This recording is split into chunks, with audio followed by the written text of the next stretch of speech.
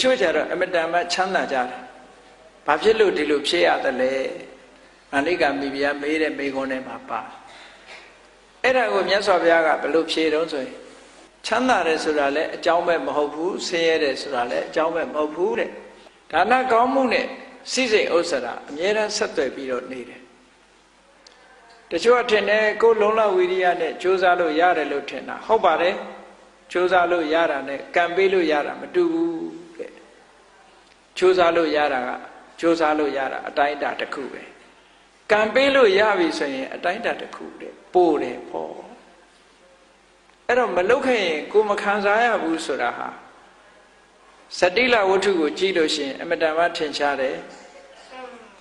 စတိလတထေးကြီးဟာအလုံးကြားဖို့ကြလိုက်မယ်အဲ့နောက်ဖေးမှာရွှေတောင်ကြီးပေါက်နေတယ်တခုသောဘဝမှာဖယားကိုစော်ကားပြီးပြောမိလို့ကတ္တဝမြတ်စွာဘုရားရဲ့စေတီတော်နဲ့ပတ်သက်ပြီးစော်ကားပြောမိလို့ပူဇော်ကြောဖို့ရအတွက်ရွှေအိုးကြီး၃လုံးလှုပ်တယ်ရွှေပန်းခိုင်ကြီးတွေလှုပ်တယ်လှုပ်တဲ့အခါမှာသားကြီးကိုခေါ်တယ်ကဲငါသားကြီးငါဒီရွှေပန်းခိုင်၃ခိုင်လှုပ်ရမယ်မင်းဝိုင်းလှုပ်ဆမ်းပါဆိုတော့ဟာအဖေစော်ကားတာအဖေပဲလှုပ်ကျုပ်နဲ့မဆိုင်ဘူးဆိုဝိုင်းမလှုပ်ဘူးတားလက်ခိုင်းတဲ့အခါကျတော့လေတားလက်ကလည်းဒါအဖေစော်ကားတာအဖေပါသည်လို့ကျွန်တော်မလုပ်နိုင်ဘူးတားငယ်လေးခိုင်းတဲ့အခါကျတော့ဩအဖကိစ္စဆိုတာလောက်ရမှာပေါ့ဆိုပြီးတော့အတက်တရောသူကဝိုင်းလှုပ်ခဲ့တယ်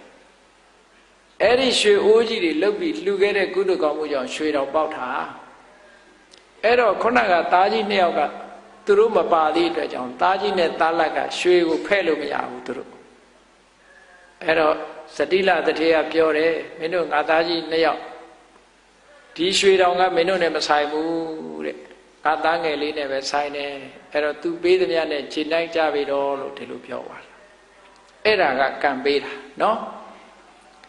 အေးဒါကြောင့်ဘုလို့မြတ်စွာဘုရားက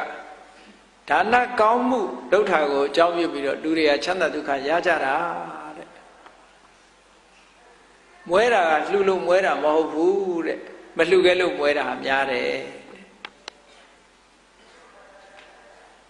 အဲ့တော့မလှူခဲ့တဲ့ပုဂ္ဂိုလ်တွေကမွဲတည်ပြီးတော့လှူခဲ့တဲ့ပုဂ္ဂိုလ်တွေကချမ်းသာတာဖြစ်တယ်ပေါ့ဒါကိုဆိုလိုတယ်ပေါ့